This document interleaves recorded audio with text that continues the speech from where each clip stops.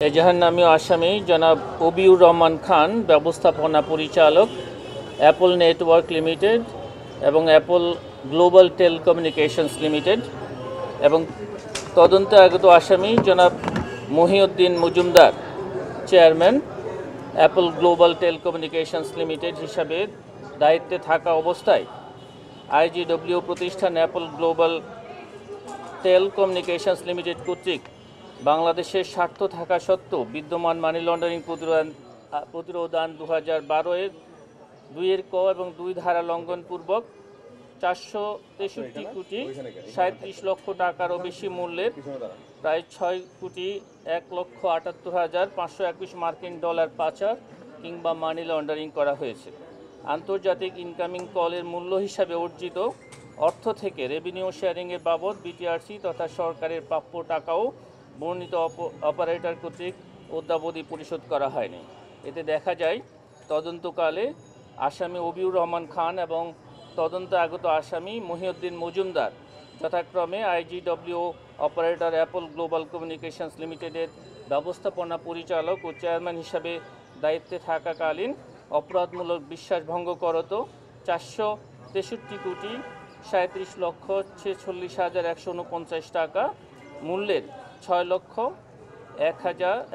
কোটি 1,78,521 মার্কিন ডলার বৈদেশিক মুদ্রা বা সম্পত্তি পাচার কিংবা আনয়নযোগ্য বৈদেশিক মুদ্রা বিদেশ হতে বাংলাদেশে না এনে অপরাধ করায় দণ্ডবিধির সংশ্লিষ্ট ধারায় এবং মানি লন্ডারিং প্রতিরোধ আইন 2012-এর সংশ্লিষ্ট ধারায় তাদের দুজনের বিরুদ্ধে চার্জশিট দাখিলের সিদ্ধান্ত গৃহীত হয়েছে।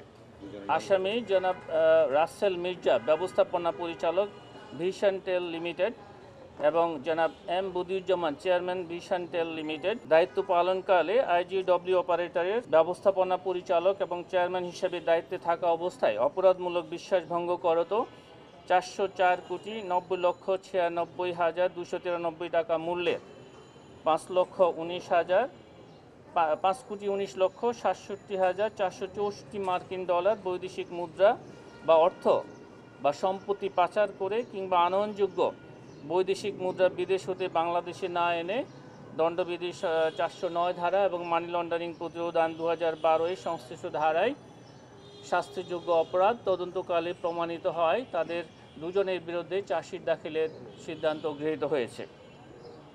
আমরা আপনাদেরকে চার্জশিট দাখিল সংক্রান্ত বিস্তারিত তথ্য আপনাদেরকে দিয়ে দেব, সেখান থেকে আপনারা এই সংক্রান্ত আরও বিস্তারিত জানতে পারবেন।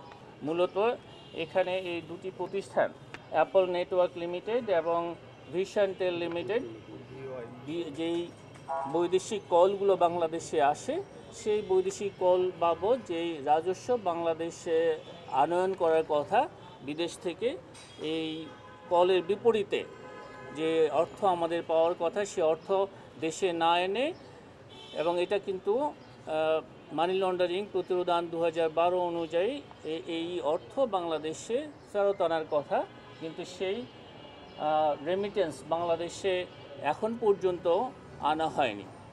এই অপরাধে তাদের এই দুটি প্রতিষ্ঠানের ব্যবস্থাপনা পরিচালক এবং চেয়ারম্যান হিসেবে যারা দায়িত্ব পালন করেছেন তাদের বিরুদ্ধে তদন্তকালে অপরাধ প্রমাণিত হয়েছে। সেজন্যই এই দুটি প্রতিষ্ঠানের ব্যবস্থাপনা পরিচালক এবং চেয়ারম্যানদের বিরুদ্ধে চার্জশিট দাখিলের সিদ্ধান্ত গৃহীত হয়েছে।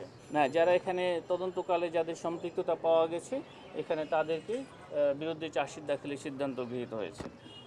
এই ধরনের কোনো বিষয়ে অনুসন্ধানের কোনো সিদ্ধান্ত গৃহীত হয়েছে বলে আমার জানা নেই। তবুও আপনি যেহেতু এই প্রশ্নটা উপস্থাপন করেছেন, আমি সংশ্লিষ্ট অন্য বিভাগ থেকে জেনে এই বিষয়ে পরবর্তীতে আপনাদেরকে অবহিত করতে পারবো। আপনারা জানেন এই বিষয়ে ইতিমধ্যে মামলা রুজু হয়েছে এবং আমাদের তদন্ত দল তারা এই সংক্রান্ত তদন্ত কার্যক্রম অব্যাহত রেখেছেন। উল্লেখযোগ্য কোনো অগ্রগতি হলে আমি আপনাদেরকে পরবর্তী সময়ে জানিয়ে দেব। এই মামলা রুজু হয়েছে এবং আমাদের তদন্তকারী দল প্রাসঙ্গিক রেকর্ডপত্র সংগ্রহ করছেন। এই বিষয়ে যদি কোনো সিদ্ধান্ত গৃহীত হয়ে থাকে বা আমাদের তদন্তকারী দল আরও কোনো তথ্যাদি সংশ্লিষ্ট মন্ত্রণালয় থেকে পেয়ে থাকেন, তাহলে সেই বিষয়গুলো জেনে আপনাদেরকে আমরা পরবর্তীতে জানাতে পারবো। অনেক ধন্যবাদ আপনাদেরকে, অনেক ধন্যবাদ। আপনি একটি চমৎকার প্রশ্ন করেছেন। এই বিষয়টি বিজ্ঞ আদালতে বিচারাধীন, এ বিষয়ে আমার কাছে কোনো মন্তব্য নেই। অনেক ধন্যবাদ।